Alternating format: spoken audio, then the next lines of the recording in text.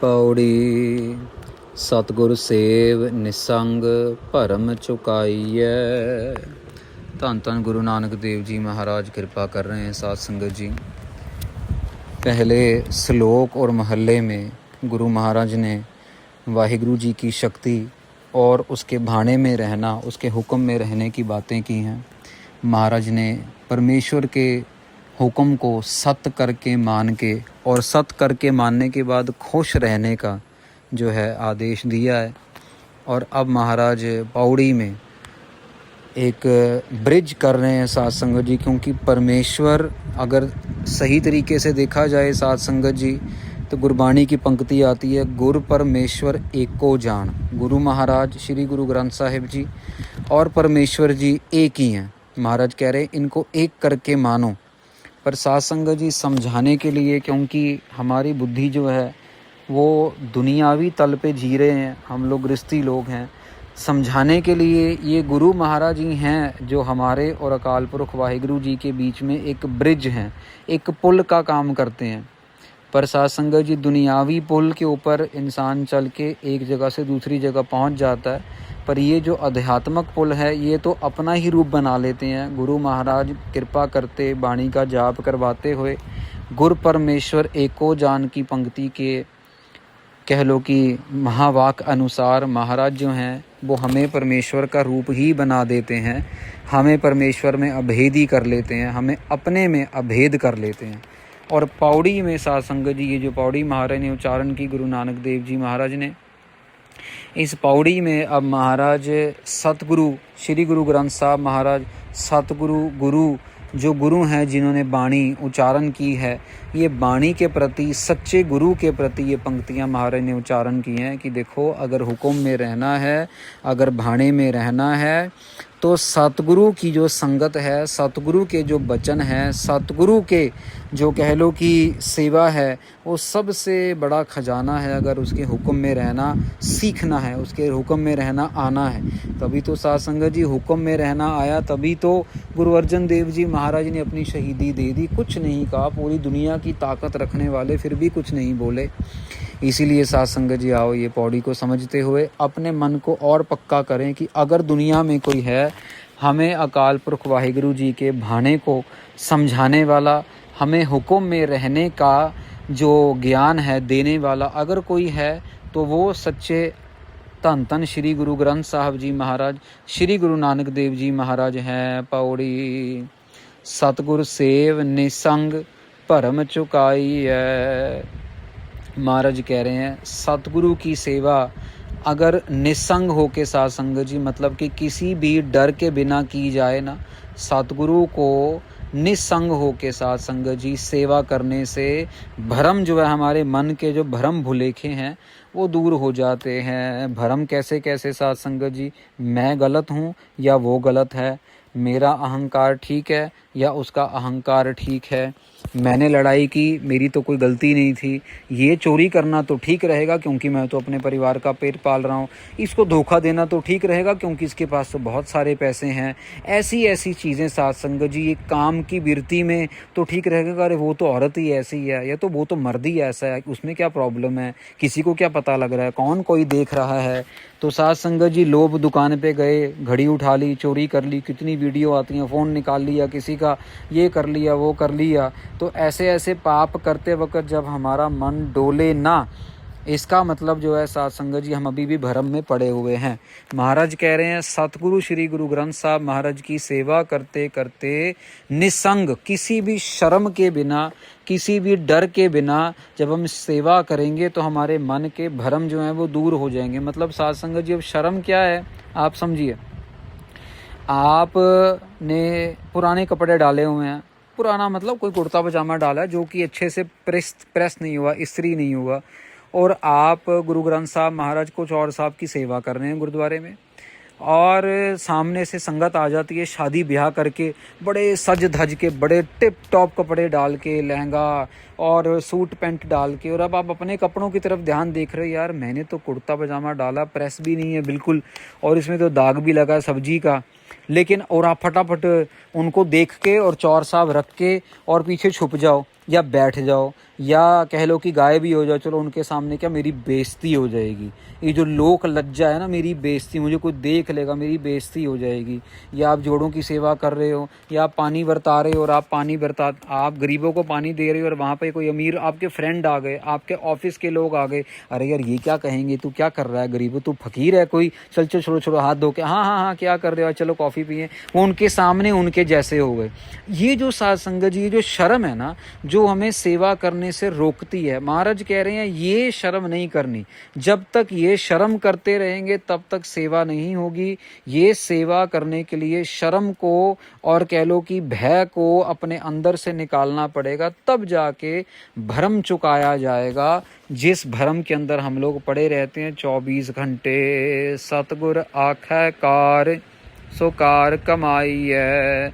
सच्चे सतगुरु जो कार मतलब काम, जो काम कह रहे हैं वो काम करना चाहिए। साध संगत जी, सतगुरु को क्वेश्चन नहीं करना चाहिए, महाराज आप क्यों कह रहे हो बार बार नाम जपो, महाराज आप क्यों कह रहे हो अमृत वेले उठो, गुर सतगुर का जो सिख खावे सो भल के उठर नाम त्याग। महाराज कहते हैं जो सदगुरु का सिख है वो अमृत वेले उठेगा, वो ही सिख है। एक बहुत बड़ा कसवट्टी है साध संगत जी, आप कभी जाएंगे भी ना, अगर कोई अमृत वेले नहीं उठ पा रहा है या वो किसी कारण, चलो कोई मेडिकल रीज़न है या कोई ऐसा दुख तकलीफ है जिसकी वजह से वो नहीं उठ पा रहा है, वो एक अलग बात है। पर आम तौर पे अगर कोई अपने आप को कह रहा है कि मैं गुरु का सिख हूँ, मैं गुरु ग्रंथ साहब महाराज की बाणी के साथ जुड़ा हूँ, तो अमृत वेले उठना एक उसका एक निशानी है। अगर तो वो अमृत वेले उठ रहा है 2 बजे 3 बजे 4 बजे 5 बजे 6 बजे, तो वो चलो समझा जाएगा सिख। नहीं तो साध संगत जी फिर वो ड्रामे वाली बात तो है, लेकिन वो सिख वाली बात तो नहीं है। महाराज ने कहा है बाणी में, गुरु सतगुरु का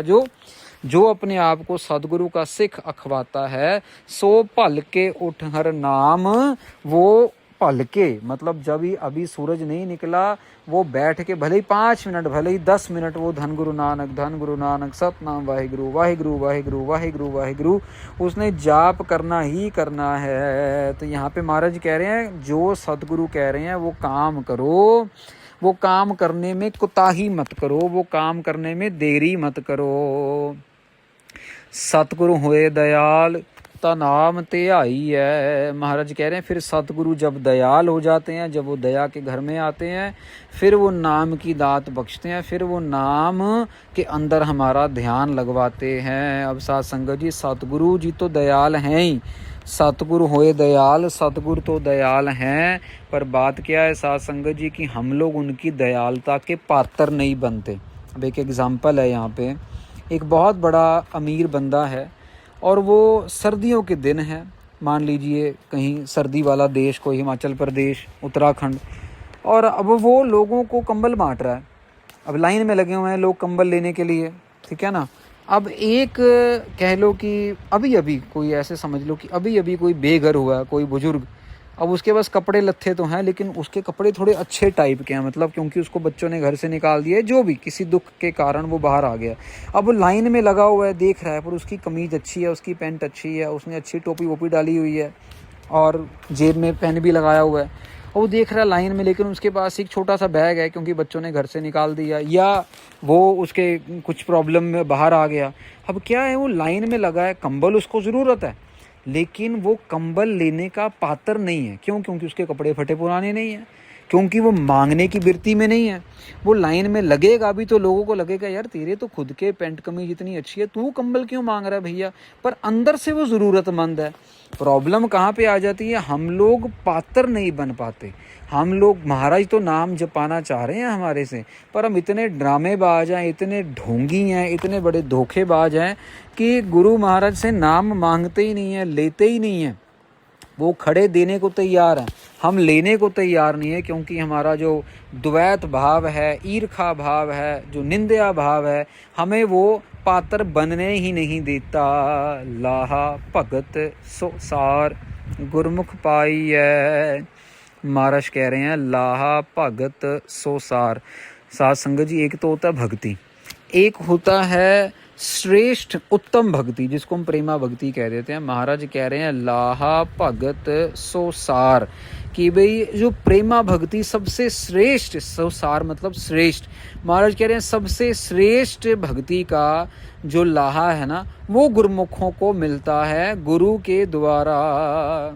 मनमुख कूड़ गुबार कूड़ कमाई है, और जो गुरुमुख हैं वो तो भक्ति का लाहा ले लेते हैं, भक्ति का प्रॉफिट ले लेते हैं साथ संगत जी। और जो मनमुख लोग हैं वो झूठे हैं, वो अज्ञानी हैं, वो अज्ञान रूपी अंधेरे के अंदर झूठे कर्म कमाते रहते हैं। कूड़ कमाई है, गुबार मतलब अंधार, अंधेरा, वो झूठ वाले अंधेरे के अंदर झूठ ही कमा रहे हैं।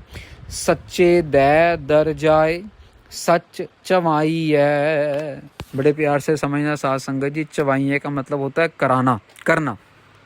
महाराज कह रहे हैं सच्चे दै दर, दर मतलब उसकी संगत में, दर मतलब उसके दरवाजे पे। महाराज कह रहे हैं सच्चे दै दर, यहाँ पे ना दो मात्रा महाराज ने यूज़ की हैं। एड़ा, एक एड़ा होता है ऐनक वाला, फिर एक होता है डबल मात्रा। यहाँ पे महाराज ने दै का, दा का मतलब कि हमेशा के लिए सच्चे के दरबार में जाके वो को सच चवाई है, सच कराते हैं, सच के साथ वो चिपके रहते हैं। ये समझ लीजिए नाम उच्चारण करते करते वो खुद ही नामी बन जाते हैं, वो खुद ही नाम का रूप बन जाते हैं। सच्चे दै कर जाए सच चवाइए। एक होता है ना साथ संगत जी, मान लो हम लोग आईफोन खरीदने गए, जब आईफोन खरीदने गए तो खरीद के आईफोन बाहर ले आए, ठीक है ना। मान लो हम लोग टाइटन की घड़ी लेने गए, अंदर गए लेके आ गए। यहाँ महाराज कह रहे हैं उसके घर पे गए और उसका ही रूप बन गए, उसी का ही रूप बन गए। नाम जपते जपते नाम नामी के दरवाजे पे गए और उसने हमें नाम ही बना के रख लिया अपने पास, बाहर जाने ही नहीं दिया। वो इतना सच्चा है, सच्चा अंदर महल सच बुलाई है। महाराज कह रहे हैं वो अपने महल के अंदर तब बुलाता है जब हमारे अंदर सच आ जाता है। साथ संगत जी, सिर्फ सच्चों को ही, जो निष्काम रूप से जप रहे हैं, सिर्फ सच्चे लोगों को अपने स्वरूप में मिला लेता है। बाकी महाराज बाणी में कहते हैं चुन वख कड़ै जज मालिया, झूठे लोगों को तो नज़दीक भी नहीं आने देता, फिर उनसे वो परिश्रम करवाता है, मेहनत करवाता है। जपो भाई, रात को जपो, दिन में जपो, सुबह जपो, शाम को जपो, सेवा करो, ये करो। उसके बाद करते करते मैल ख़त्म करते करते मैल ख़त्म करते करते सच्चा रूप बना लेता है। नानक सच सदा सचियार सच समाई है। महाराज जी कह रहे हैं नानक सच सदा सचियार, बड़े प्यार से समझा रहे हैं कि जो सच्चे अकाल पुरख वाहिगुरु जी हैं ना, वो हमेशा सच्चारे हैं। वो पहले भी सच्चे थे, आज भी सच्चे हैं, आने वाले टाइम में भी सच्चे ही रहेंगे। सच समाई है, और जो जप रहे हैं, जो सच्चे का नाम जप रहे हैं, वो भी सच बन गए और फिर सच में समा जाते हैं। साथ संगत जी, ये बार बार महाराज इसलिए कर रहे हैं क्योंकि कलयुग का समय इतना भैड़ा, इतना भयानक है। एक सेकंड नहीं लगता बंदे को झूठ बोलने में। झूठ बोलना तो बड़ी दूर की बात है, झूठ सोचने में, झूठ की कहानियां बुनने में एक टाइम नहीं लगता। साथ संगत जी, एक सेकंड नहीं लगता बंदे को। यहाँ का झूठ, वहाँ का झूठ, ऐसे का झूठ, वैसे का झूठ। एक छोटी सी आपको बताते हैं, हम लोगों ने ना दिल्ली में एक साज भेजा किसी के पास, तो दिल्ली में पोर्टर का सिस्टम है, तो यहाँ से जिस बंदे के थ्रू भेजा तो वहाँ पे मतलब जिसका कांटेक्ट लिया, मेरे पास कांटेक्ट नहीं था, तो वहाँ पे जिस संगत के पास पहुँचा, संगत ने फ़ोन पे चेक किया, भाई पोर्टर को 260 रुपये का बिल आया, और हमसे यहाँ पे वो बंदे ने 1000 रुपया ले लिया कि भैया कहता कि बाबा जी 1000 रुपये लग गया। वो जो पोर्टर, उसको बिल फ़ोन के ऊपर 260 का नज़र आ रहा है, जैसे स्विगी जोमेटो होता है। तो वो कुदरती मुझे बोला, कहते बाबा जी 260 रुपये भी आपको देने। मैंने कहा क्यों भाई? कहते कि वो बिल के। मैंने कहा नहीं कोई बिल नहीं। मैंने कहा पर 260 किस वजह से? कहते वो उसका 260 का बिल आया था ना, तो उसको फ़ोन पे दिखा रहा था वो कि भाई साज देने आया तो उसको 260 रुपये देने हैं। मैंने कहा वो तो हमने पहले ही दे दिए थे, पर हमसे तो 1000 रुपये लिए उसने। कहता नहीं, बिल तो 260 का आया था। क्या आप, और ये एक अमृतधारी सरदार बंदा है जिसने ये अरेंजमेंट किया, ना कुछ करना, ना कुछ लेना, ना कुछ देना, ना अगला ना पिछला, बस सिर्फ कॉन्टैक्ट देने के लिए ये समझ लो 740 रुपये लगा दिए उसने। ये आजकल की ज़माने की ये समझ लो कि सिक्खी का एग्जाम्पल है। इतने हम नहीं, अरे भाई तूने लेने थे अपने तो तू 30 20 40 रुपये ले लेता, 300 रुपये ले लेता, 260 उसको दे देता। तूने तो ऐसा चूना लगाया जैसे पता नहीं कोई अंबानी अदानी तेरे से बात कर रहा हो। अब क्या बोलें, किसी को क्या बोलोगे, लड़ाई करेंगे, झगड़ा करेंगे। वो देने वाला 260 तो दे के चला गया, वो तो पैसे लेके चला गया। अब उसको कहाँ पकड़ेंगे, क्या प्रूफ निकालेंगे, किसको बोलेंगे? 1 सेकंड लगता है साध संगत जी, झूठे बनने में 1 सेकंड लगता है। इसीलिए महाराज बार बार इस पौड़ी में बोल रहे हैं, सच्चा नाम, सच्चे के अंदर जुड़ना है, सच्चे का रूप बन जाना है। तो यहाँ पे साध संगत जी 145 अंग के ऊपर ये पौड़ी जो है वो सुशोभित की है महाराज ने। अब अगला जो शब्द है, अगली जो श्लोक है साध संगत जी, उसकी भी जो है उत्थान का बड़ी प्यारी है। महाराज गुरु नानक देव जी महाराज ये कल एक बारी आपसे इसके बारे में बयान करेंगे। बहुत अच्छी अच्छी जगहों पे, बहुत अच्छे अच्छे मौक़ों के ऊपर गुरु महाराज ने गुरबाणी उच्चारण की, बड़े अच्छे अच्छे तरीके से लोगों को समझाया, और बहुत मतलब कह लो कि आगे निकले हुए पापियों को भी पीछे मोड़ के ले आए महाराज। इतनी शक्ति गुरबाणी के अंदर, किसी को गलत नहीं बोला, किसी को गाली नहीं निकाली, किसी के साथ लड़ाई नहीं की, किसी के साथ झगड़ा नहीं किया। बस गुरबाणी से ही, अपनी वाणी से ही इतनी शक्ति से मन जीत लिए, प्यार से ही मन जीत लिए, और उसके बाद उनको सच्चे अकाल पुरख वाहिगुरु जी की सेवा में लगा दिया। हमें भी महाराज ऐसी शक्ति बख्शें साध संगत जी, हमारे घर के अंदर भी खुशहाली आए, हमारे घरों के अंदर भी प्रेम आए, हमारे घरों के अंदर भी जो छोटी छोटी बात पे अहंकार, तूने यह कह दिया, मैंने ये कह दिया, सारा दिन मुंह सुजा के बैठे रहेंगे, कभी माँ बच्चे के साथ, कभी बच्चे बाप के साथ, कभी बाप बच्चों के साथ, कभी मियाँ बीवी आपस में, कभी बुजुर्गों के साथ, सारा दिन मुंह सुजा के बैठे रहेंगे, ना खाना ना पीना ना ये ना वो। साध संगत जी ये कलयुग से गुरु महाराज हम सबको, हमारे घरों को बचाएं। गुरु महाराज ऐसी कृपा करें, अपनी ऐसी दया करें, गुरबाणी हमारे अंदर वसे। जिस कारण करके महाराज गुरबाणी धरती पे लेके आए ना, वो कारण करके गुरबाणी हमारा भला करे। ऐसी कृपा महाराज हमारे सबके घरों पे करें। ये कथा सुन सुन के जीवन बदल जाए। आप और कोशिश कीजिए, सबके साथ शेयर कीजिए। जिस अरे आप मत सोचिए कोई हिंदू है को मुसलमान है, आप बस शेयर करते जाइए। क्या पता गुरु महाराज किसको ये सुनाएगा और किसके जीवन में बदलाव आ जाएगा।